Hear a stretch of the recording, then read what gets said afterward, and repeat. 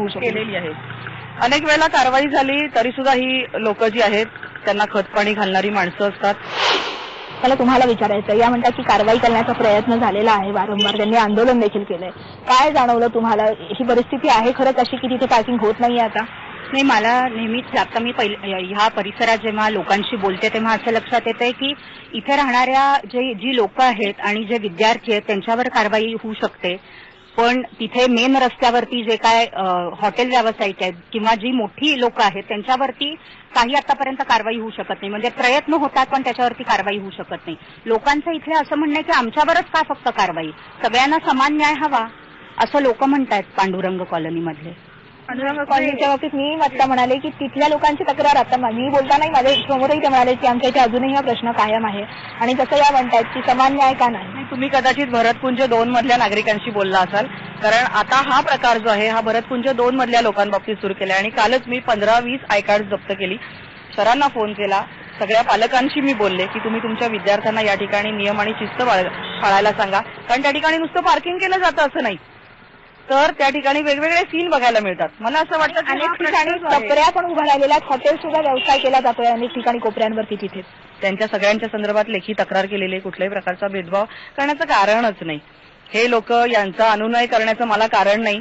हे काही असे गरजूही नाहीत आणि माझे मतदारही नाहीत. त्यामुळे हा आरोप मी खोडून काढते आणि मला असं वाटतं की या ठिकाणी कुठल्याही प्रकारचा पक्षपात न करता सगळ्यांना एक न्याय दिला जातो आणि पांडुरंग कॉलनीतल्या लोकांनी तर अतिशय अप्रिशिएट केलेला आहे आणि हा जनतेचा लढा होता आणि तो जनतेने जिंकलेला आहे. अर्थातच तुम्ही प्रयत्न करताय आणि तुम्ही म्हणताय की काही प्रमाणात कमी देखील झालेला आहे. दुसरा महत्वाचा प्रश्न, अनेक ज्येष्ठ नागरिक होते खास करून आम्ही जेव्हा बोललो तेव्हा, आणि अनेकांनी ही तक्रार केली की फुटपाथवरती परिस्थिती कुठेच राहिलेली नाहीये.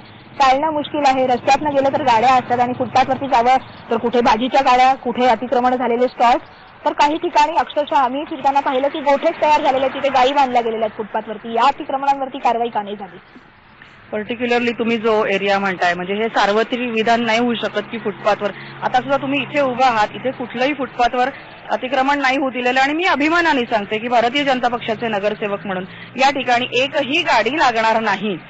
याच्यासाठी आम्ही स्वतः प्रयत्नशील असतो. माझ्याबरोबर माझे कार्यकर्ते आहेत. तातोडे उद्यानाच्या इथे जाऊन बघा, या श्यामाप्रसाद मुखर्जी उद्यानाच्या इथे येऊन बघा की कुठल्याही प्रकारची भेळेची गाडी, पावभाजीची गाडी, पाणीपुरीची गाडी, कुठल्याही गाडीवाला या ठिकाणी आम्ही उभं राहू देत नाही. वेळ प्रसंगी त्याच्याशी आम्ही वाद घालतो किंवा त्याच्यावर कारवाई करतो, कटुता पत्करतो, परंतु एकही हातगाडी, एकही पथारीवाला या ठिकाणी आम्ही लावू देत नाही. खरं सांगायचं तर प्रायव्हेट जागा आहे हे म्हणतात हे बरोबर आहे, पण तरी एक मला असं वाटतं की सातत्याने 10 वर्ष जेव्हा एखादी व्यक्ती इथून निवडून येते त्यावेळेला हा जो प्रॉब्लेम आहे तो आत्ताचा नाही आहे, तो अनेक दिवसाचा आहे. तर आता जी बोलणी आहे ठीक आहे, 10 वर्ष गेली चालली आहेत का 5 वर्ष चालली आहेत, या प्रभागामध्ये अनेक प्रेशर्स येत आहेत. हा प्रभाग एक खूप चांगला रेसिडेन्शियल भाग आहे आणि असं असताना हा प्रेशरची आधी विचार करून की हे प्रेशर येणार आहेत आणि याचा पुढे असं काय होणार आहे हा विचार करून आधी बोलणी सुरू करून जर हे केलं असतं, आता निवडणुकीच्या आधी किंवा उंबरठ्यावर ही सगळी बोलणी करून त्याच्यातून काहीतरी घडणार आहे हे सांगणं मला काही पटत नाही. माझं एक स्वच्छ साधं म्हणणं आहे, म्हणजे माझं म्हणण्यापेक्षाही तिथल्या लोकांचं म्हणणं आहे की आम्हाला आता टॉयलेटची गरज आहे, ती तुम्ही करून देणं आमच्या दृष्टीने प्राधान्यक्रम आहे आणि त्याचा विचार त्यांनी करावा असं मीच त्यांना विनंती करते. जवळजवळ 50 लाख एवढं बजेट आता टॉयलेटच्या दुरुस्तीसाठी गेल्या वेळेला मी स्थायी समितीमध्ये होते आणि त्याच्यामुळे ते मिळालंय. मला असं वाटतं की स्थायी समितीमधनं बजेट स्वतःच्या म्हणजे बजेट ज्याला आपण म्हणतो ते मिळवणं आणि मग काम सुरू करणं, याच्या व्यतिरिक्त टॉयलेट दुरुस्तीचा दुसरा कुठला मार्ग असू शकत नाही. आणि हे जेव्हा मिळतं बजेट तेव्हा आपल्याला काम करता येतं आणि वैयक्तिकरित्या स्वतःच्या निधीतून पैसे खर्च करणारे जे वेगळे प्रकारचे नगरसेवक असतील, जे स्वतः सधन आहेत, अशा प्रकारच्या सधन कुटुंबातली मी नाही. त्यामुळे महानगरपालिकेने दिलेलं एकूण 1-1 रुपयाचं बजेट जे आहे हे नागरिकांसाठी कसं खर्ची पडेल याचा मी विचार करते आणि मी स्वतःशी अतिशय प्रामाणिक आहे की मी माझ्या नागरिकांना माझी जेवढी क्षमता होती त्या क्षमतेच्या आउटर लिमिट पर्यंत सुखसोयी दिल्या आणि पूरग्रस्त वसाहती आणि हे जे काही कम्युनिटीज आहेत या प्रकारच्या, तर त्यांचं तर जीवनमान चांगलं असावं आणि त्यांनी सगळ्यांच्या बरोबरीने एका स्तरावर राहावं यासाठीच म्हणून हा सगळा खटाटोप आहे. आणि मला माझ्या सेल्फ कॉन्शियसला असं वाटतं की आता जी काही टॉयलेटची दुरुस्तीची कामं चालू आहेत ही कामं दुरुस्त झाल्यानंतर तुम्ही टॉयलेट्स बघायला या की जी ज्या क्वालिटीची झालेली असतील. त्यातच प्रयत्न करताय असा दावा नगरसेविका करताना दिसत आहेत. तर दुसरीकडे आपण पाहिलं तर नागरिकांच्या तक्रारी मात्र कायम आहेत. आता येत्या निवडणुकीनंतर तरी हे प्रश्न सुटतायत का नाही असं नगरसेवकांना इथले जे नागरिक आहेत ते प्रश्न विचारताना दिसत आहेत. इथे जर्नलिस्ट सोनाली गायकवाडसह प्राची कुलकर्णी, IVM लोकमत, पुणे.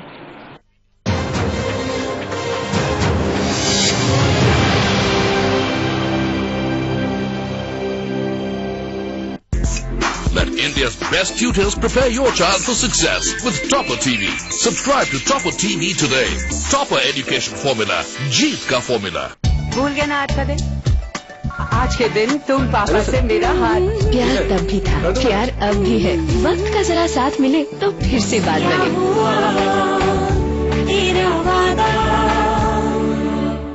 स्कॅम, घोटाळा, संपला देश. फिनिश्ड. अगं चहा तरी पाच. बघा काय पाणी उकळतंय. उकळेल ना तेव्हाच येईल यात जोश, येईल गोडवा आणि मगच बदलेल रंग. अच्छा, चहा असा बनतो. देश असा घडतो, देश उकळतोय. आता येईल जोश, शक्ती, गोडवा, बदलेल देशाचा रंग. चहा पिऊया, विचार बदलूया. टाटा टी.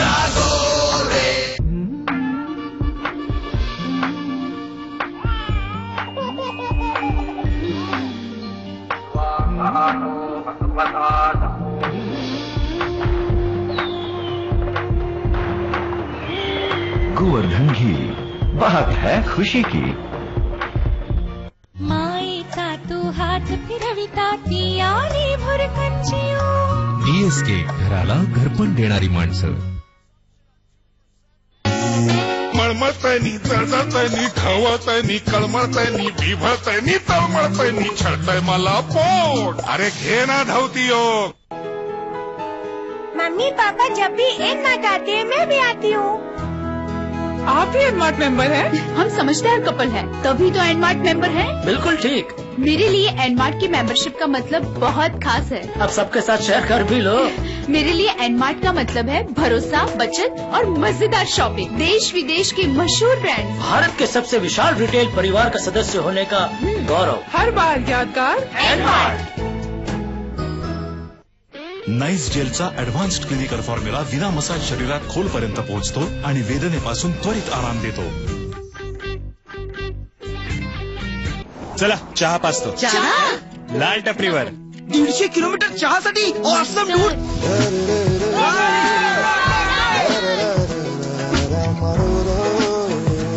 काय सस्पेन्शन आहे यार. आईस्क्रीम करून टाकलंय. काहीतरी शीक मोड. गाडी ही डाएटवर आहे. बघ टँक पण फुल आहे अजून. चला निघूया सहजच. सादर आहे टाटा नॅनो 2012. मेहरबान, कदरदान, फूफा, मौसा और मामूजा. पेश है हिंदुस्तान में शादी की दास्तान. मम्मी ने मांगा शायर, मामा निकले लॉयर. सीधी साधी जीजी मेरे और जीजू रंगे. क्या क्या जोड़ी बनाए भगवान, सुन सखियों सावधान. मेरी तो इतनी आस, सुख दुख में रहे वो साथ. गाड़ी बंगला हो ना हो, दिल में हो प्यार ही प्यार. ओए होए क्या क्या सपने सजाए इंसान. मन तू क्यों सपने सजाता है, जोड़िया तो ऊपर वाला बनाता है. शुभ विवाह जल्दा रहा है सिर्फ सोनी पर.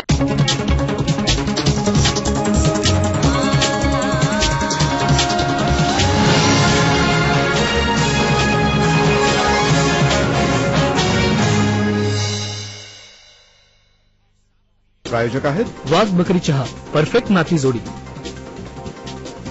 टॉपर एजुकेशन फॉर्मूला, जीत का फॉर्मूला. तो subscribe SMS topper to 51818. Nice gel, इसके बिना सोचना भी मत.